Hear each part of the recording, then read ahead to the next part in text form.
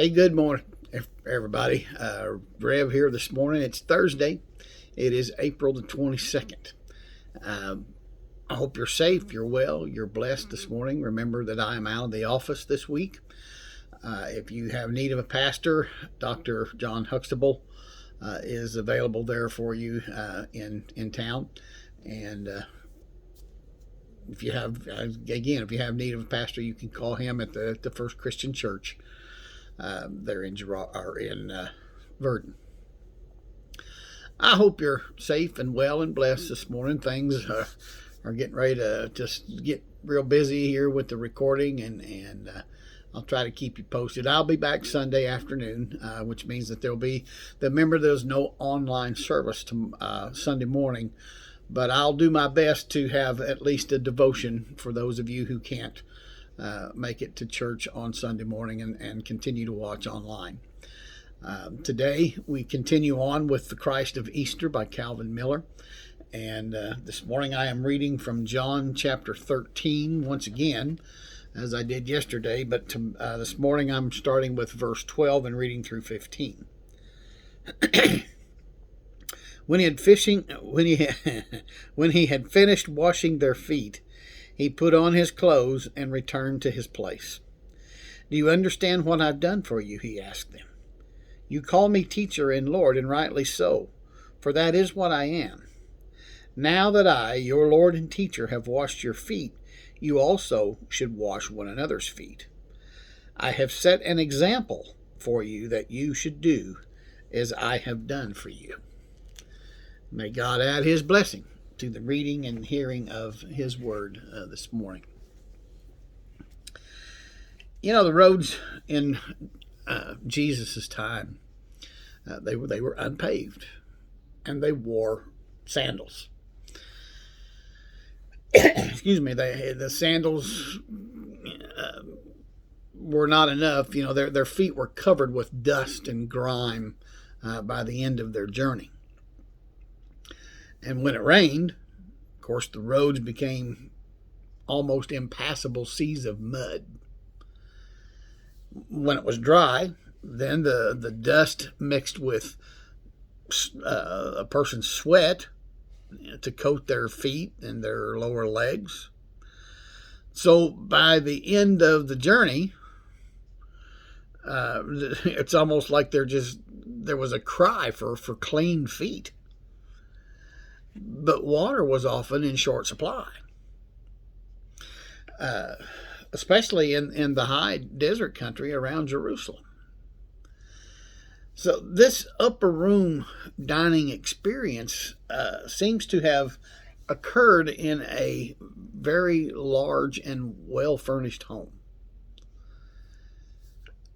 Such houses often had slaves whose task it was to take care of the foot washing. Now, this was the holiday season of Passover, so it's very possible that servants may have had the night off. And so here in this servantless situation, it seems that each of the disciples had considered his station in life and had arrived at the conclusion that for Jesus this was somewhat above his demeaning task, or this demeaning task. And then into the smugness of their pride, Jesus came to leave the whole world an example of how we might become like him. We can only follow him if we are willing to take up his work of the towel and the basin.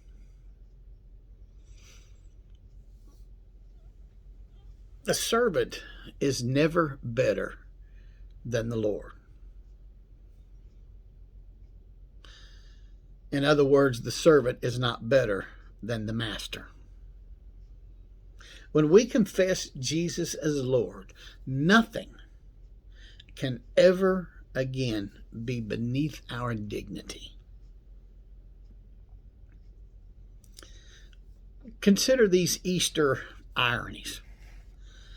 The menial and lowly task was once performed by the Son of the Highest. The Messiah of majesty could stoop to serve the muck and the mess of misery. The root of loyal Jesse could quit being king long enough to play the slave.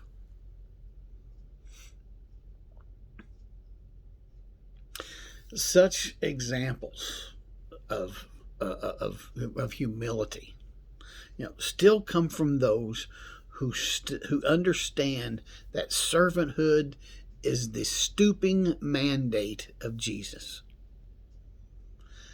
The towel and the basin are the most suitable symbols of all who want to follow Christ, all who would want to be like him.